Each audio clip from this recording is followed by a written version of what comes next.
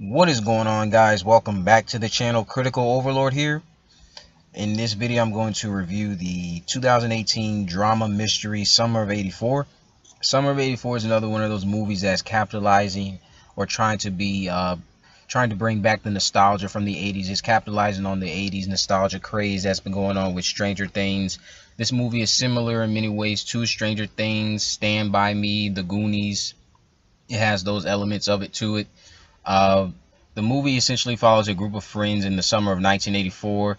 Our main lead, Davey, who was played by Judah Lewis, he believes his next door neighbor is in fact a serial killer. They call the serial killer in this film the Cape May Slayer. He thinks his next door neighbor is the Cape May Slayer. Kids in the town have been going missing for over 10 years now, if I'm not mistaken. I think that's what we're told in the film. Uh, from a personal standpoint and from my viewpoint, I did enjoy this movie. I don't think it was anything great. I don't think it was like the best thing ever. I don't think this film was even that well known until it was recently released, like last where this film was originally debuted. It was debuted at one of those festivals, and then it became prominent and it's gained popularity since it's been released last month on August 10th directly to on-demand outlets. The characters in this movie, they're all very interesting. Tommy, who is our lead, played by Judah, he is a very interesting and compelling main character.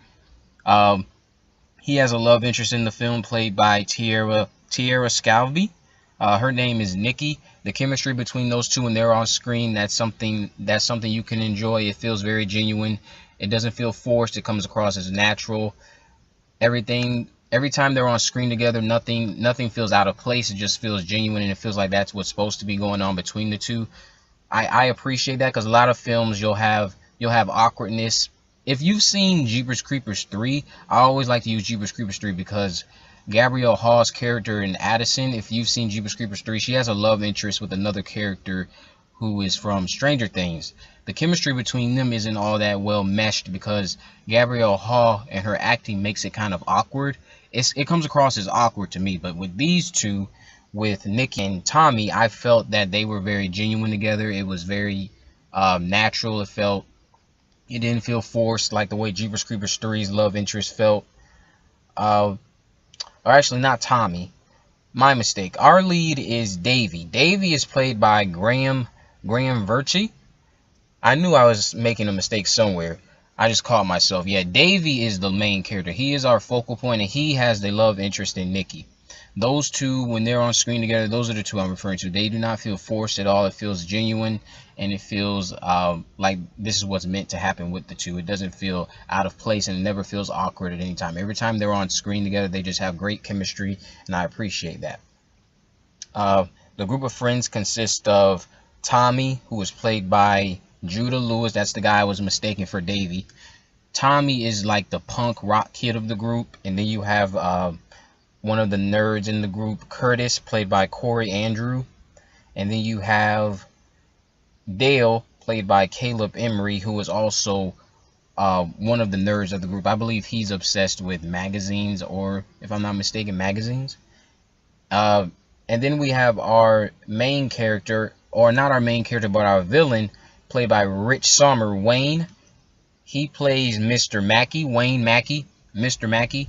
When Davey and Mr. Mackey are having their interactions, it feels very tense, and at the same time, what makes it so effective is the guy's portrayal who's playing Mr. Mackey, Rich Sommer. He does a fantastic job of balancing the creep aspect and, oh, I'm just really a genuine nice guy, because the stuff we find out in the film and what we know is going on, it's tough for us to not side with Davey, because essentially Davey is being portrayed as the boy who cried wolf. So when Davey starts pinpointing and going after Mackey, Mackey's like the local town cop. He's like a well-respected cop in the town. He's stopped several crimes in the area, and he's been actively working on putting an end to the Cape May Slayer. What's amazing is that it's the way he portrays this character. He has like a calm, cool, collected tone to him, but at the same time you feel like something's not all the way there with this guy because of the things Davey has been saying that he feels is wrong with Mackie. So we're taking into account what Davey has said about Mackie, and then we also get a balance of what Mackie is actually being portrayed as when he's actually on screen. So we get the best of both worlds in a way, and Rich Sommer does a fantastic job of balancing the two out, if you ask me.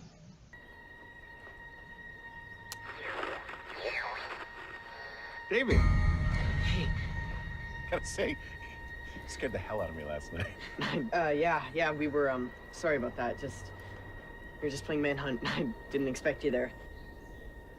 No, I get it. A lot of good hiding spots for Manhunt. Yeah, your yard's full of them. Guess you didn't see me coming either, though. So what's up? Wait. Let me guess. I owe you money. Yeah. Oh, I'm ready for you this time. Come on back.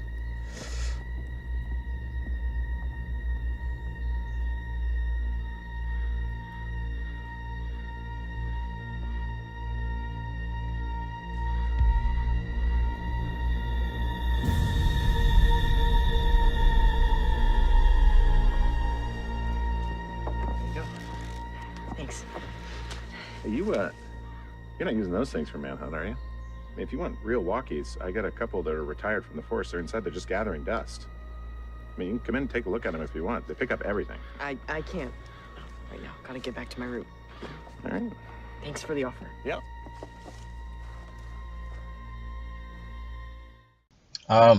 Like I said, the group of friends in this movie, they're all very interesting. None of them are boring. There's never a point in this film where I wanted to look away. I do think the film dragged at a few points. I do think there were a few moments that I would have rather seen the pace picked up a bit. I wasn't very interested when Nikki and Davey would have their little moments on screen. I'm not a big fan of romance, but like I said before, when they did have their chemistry, being fair to them, when they were on screen, they did have chemistry. It felt very genuine and it didn't feel forced at all, which is something I always respect. This film goes, if you're expecting the film to go the cliched route of, like, let's say, like Scream, for example. Scream makes the killer very obvious from the beginning. So that's when fans if you've seen Scream, you know what I'm talking about. People who have seen Scream and know who the killer is. If you thought that the killer in Scream was obvious, you know what Scream actually did. Scream literally went the route you thought they weren't going to go, and that's what I appreciate about Scream.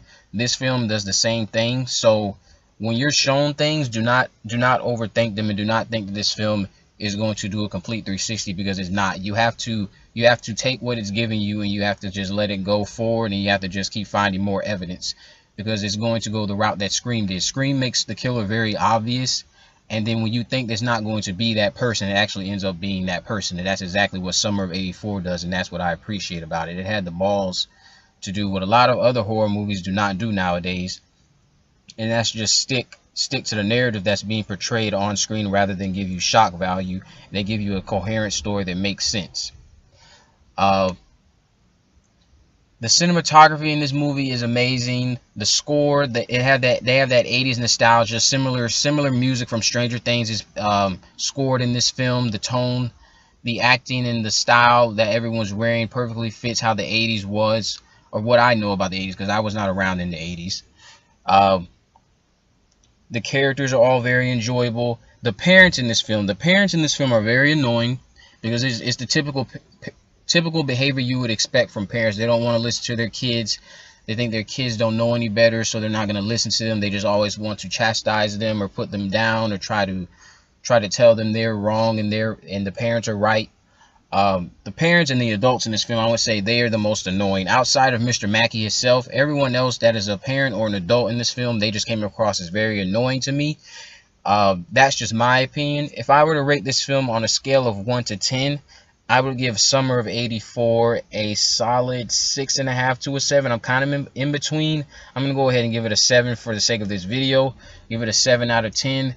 Like I said before, there's nothing that's completely wrong with the film. There's just the fact that this isn't, I wouldn't say this is an original idea, because like I said, we have Stranger Things already.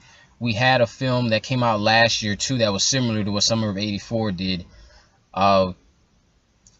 It's just not a very original idea, but at the same time, it's still very entertaining, and it's a fresh take on that 80s nostalgia craze, and that's something I really appreciate about the Summer of '84, and that's why I personally enjoyed it a lot. If you have seen this movie and you did or did not like it, let me know down in the comment section below.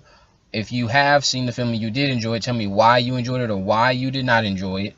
Also, if you haven't already, click the subscribe button, turn on post notifications. If you enjoyed the video, give it a thumbs up.